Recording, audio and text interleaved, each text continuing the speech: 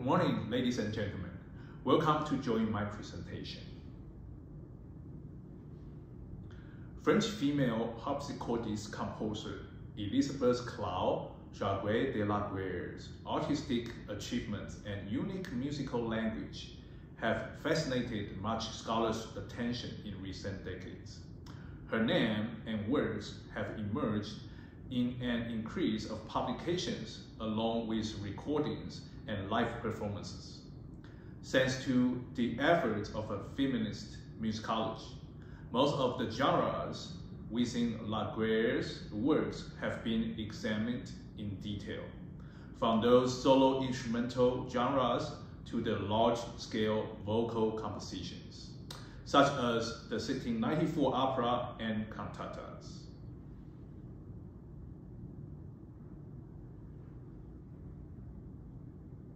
However, the most distinguished art form among her harpsichord pieces, one type of complex keyboard preludes with its unmeasured and improvisatory nature, only occurred in both 17th and 18th centuries musical world in France, has remained untouched in La Guerre's scholarship.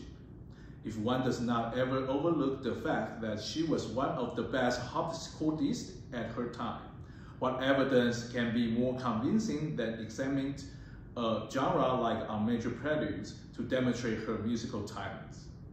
With its improvisatory nature and the limited repertoire, such complicated art form can not only exemplify La Guerre's extraordinary skills of improvisation, but also present her musical individuality, accomplishments, and her influences in a musical society dominated by her male counterparts.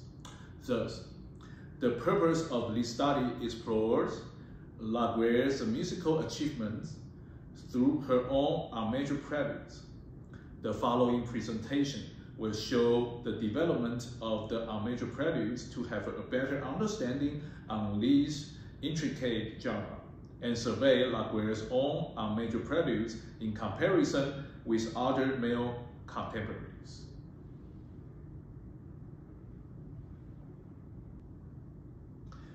'17th century France witnessed a unique development of the preludes, cultivating a distinctive art form called unmeasured preludes. Such genre was written especially for harpsichord or lute in unmeasured notation, without orthodox indications of metry and rhythm, leaving the rhythmic freedom to performers.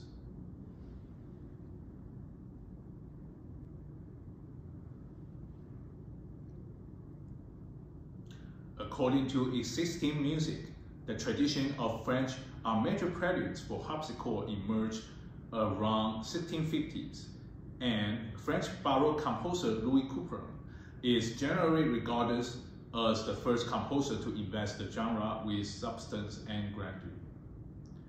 The other momentous contributions to the genre, as you can see on the screen, involve the three other 17th century composers and 5 in the 18th century. Later, French harpsichord composers dedicated themselves much less to unmeasured preludes for harpsichord, and eventually the genre became obsolete by about 1720. Here, I'm going to play an unmeasured prelude video from Louis Couperin so one can have a better understanding what it sounds like.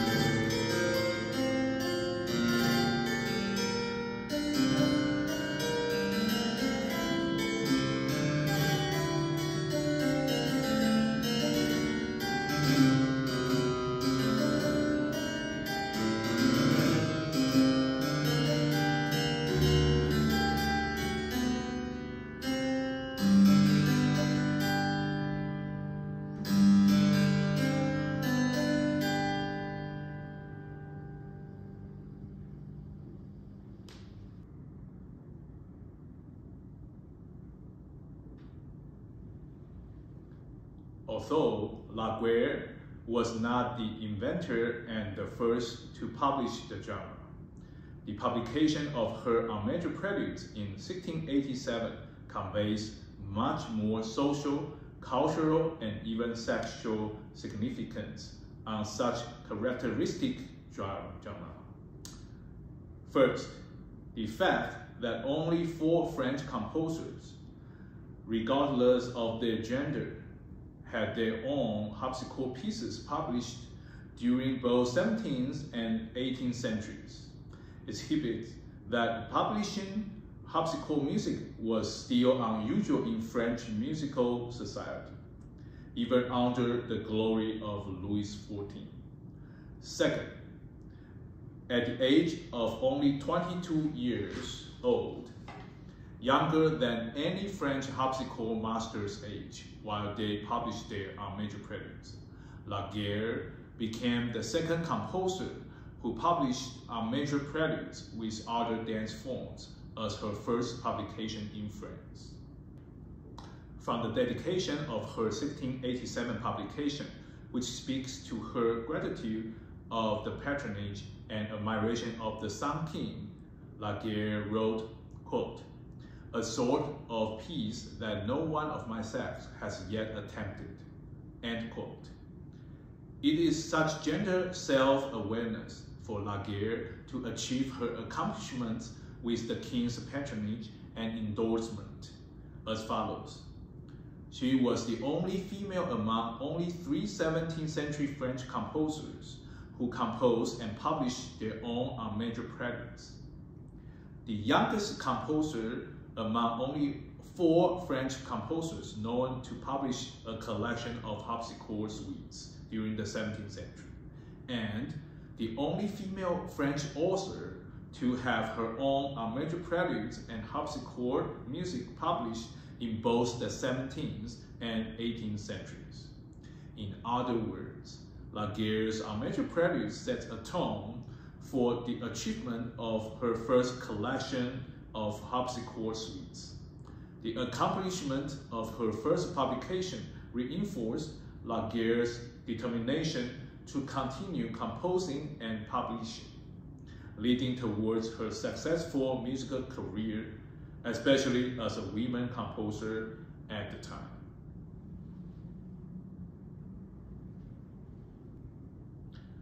As British musicologist David Morani states, quote, "French major preludes have 3 basic problems.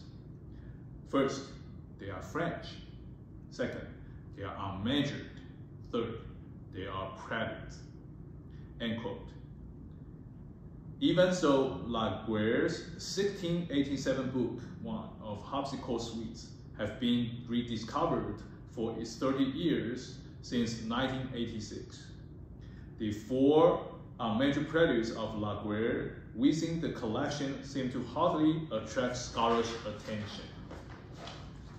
Due to its lack of any rhythmic indication, La Guerre's major preludes as a research focus was rather as problematic in the 17th century as they are in 2016 for readers who are interested in her major preludes.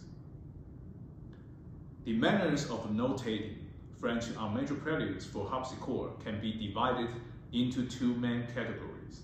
First, single value notation, as you can see on screen, refers to those written in only semi-breve, lack of any rhythmic duration, usually with an intricate system of elegant and elaborate slurs representing which notes to sustain, group together, or set apart. Major preludes by Louis Couperin belong to this category. The second category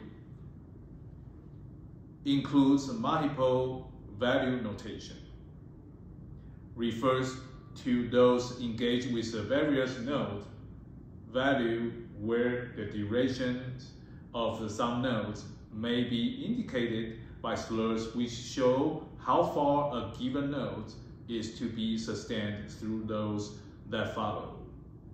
In the post-Louis Couperin era, Most French composers on major preludes belonged to this category, including La Guerre. In consideration of the pros and cons of the major preludes written earlier than La Guerre, such as Louis Couperin and other male contemporaries, La Guerre's multiple value on major notation reflects the advantages from both methods. Based on Couperin's semi-brief notation for harmonic tones with the additions of some various note values in order to guide performance melodic activity. In comparison with her predecessors, La Guerre's notational method for major preludes not only finds an acceptable resolution to the problem of balancing notational cogency and rhythmic neutrality, but also becomes a functional approach which is used by almost each of the later composers in both 17th and 18th centuries.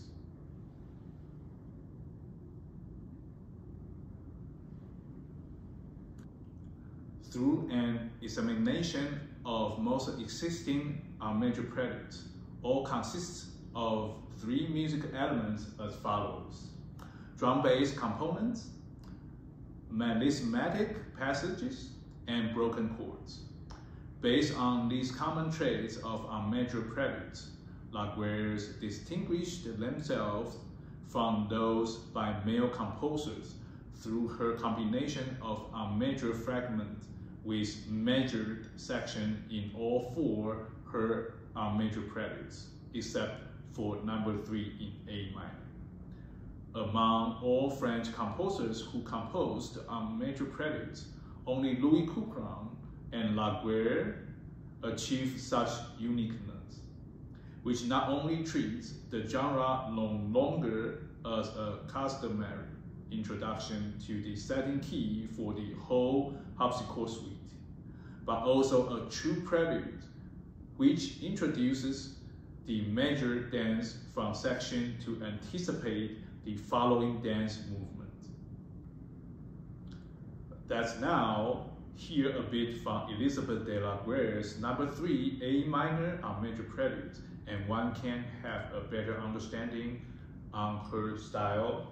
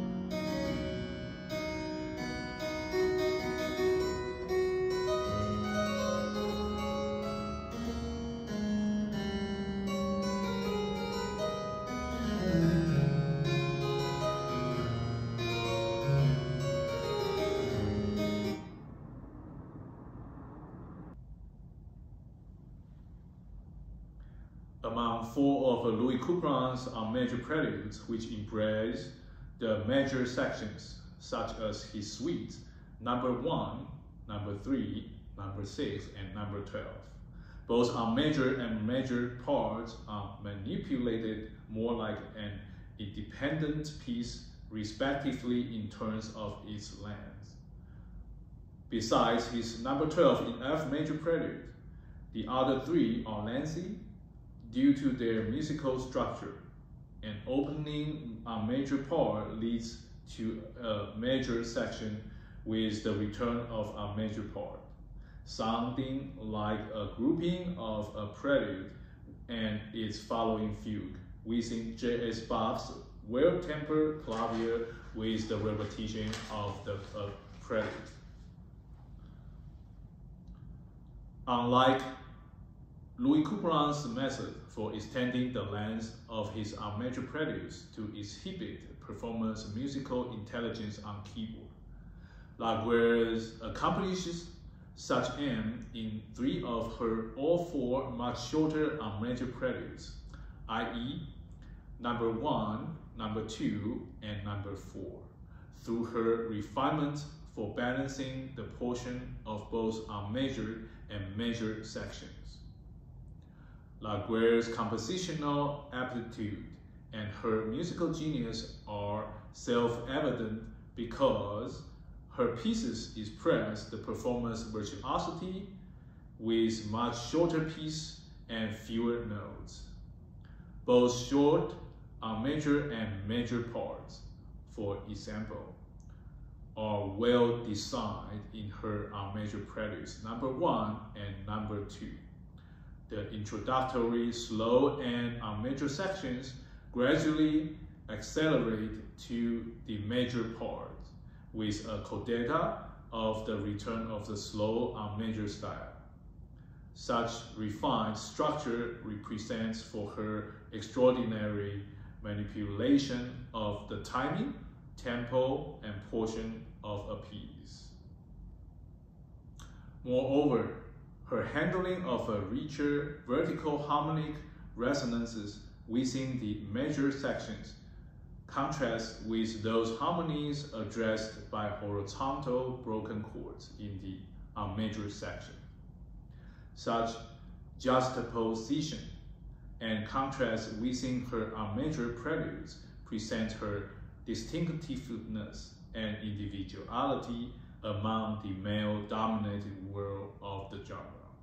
For instance, as one can see on the screen, a series of triads on the right-hand part with its moving bass accompaniment in her unmeasured preludes number 1 and number 2 are hardly seen in other male composers' unmeasured preludes.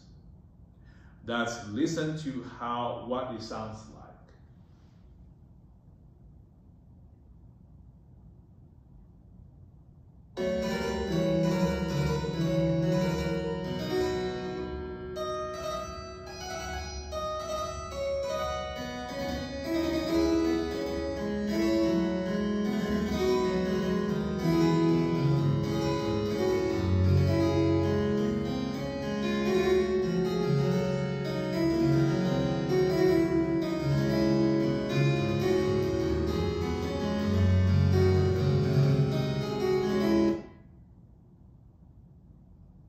This is prelude number 2.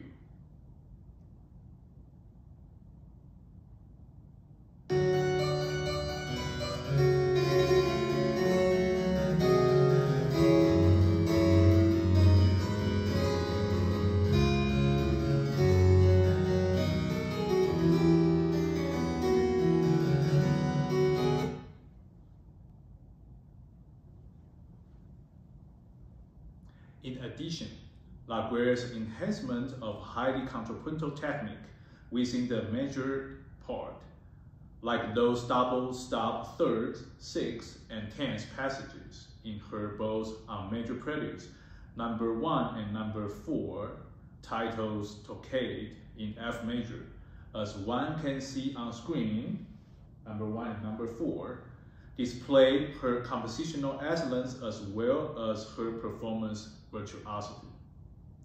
The highly contrapuntal section of number 4 unmeasured prelude make this prelude even more unusual in the literature of the French harpsichord music due to La Guerre's successful fusion of Italian new trends and French unmeasured tradition. While it begins and ends with a short are major sections in the French style. The greater portion of the piece is mettered and notated more precisely in the manner of the sectional Italian toccata. Such integration and varieties within La Guerre's major preludes distinguish herself from her other male counterparts. Let's listen to what it sounds like.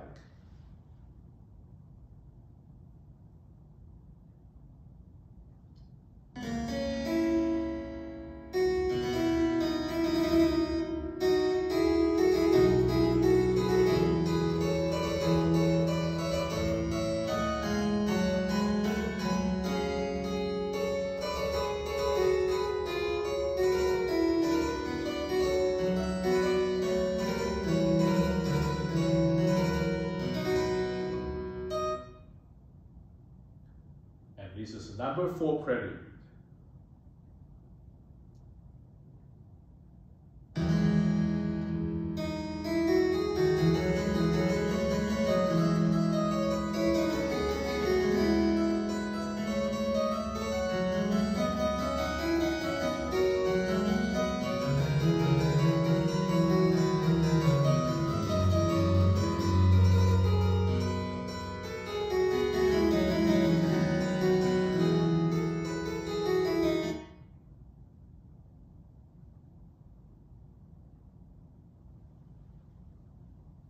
Since the second half of 17th century, when the development of the cohesive major and minor tonal system gradually replaced the earlier method of modal modes, the role of preludes for proclaiming the key became less essential.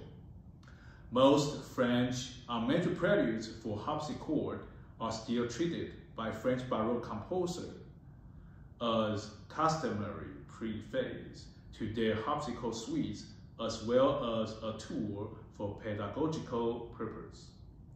And a major prelude could function as a beginner's first piece.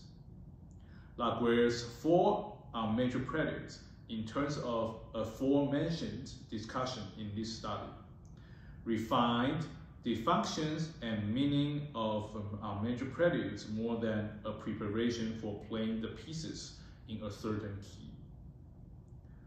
As a female musician in a musical society dominated by her male counterparts, La Guerre's major preludes bear more self-significance than other genres. As the opening music of her first publication at her beginning of musical career, as well as the first piece of each harpsichord suite, these major preludes play an important role to the success of her future. Thanks to her high self-awareness, there is no other better genre than a major prelude that can demonstrate all her performing virtuosity and compositional brilliance. Indeed, La Guerre's major prelude sets the tone for her first publication and her musical language within male-dominated French harpsichord school in the 17th century. The accomplishment of her first publication reinforces La Guerre's determination to continue composing and publishing, leading towards her successful musical career.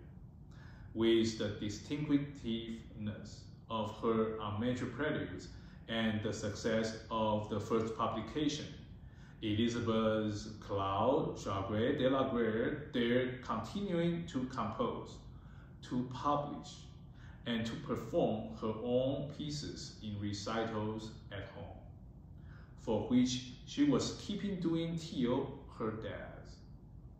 The engraving of her medal, a laurel which awarded to only 5 other French musicians during both 17th and 18th centuries, made in her honor following her death, states, quote, "With the great musicians, I competed for the prize," end quote.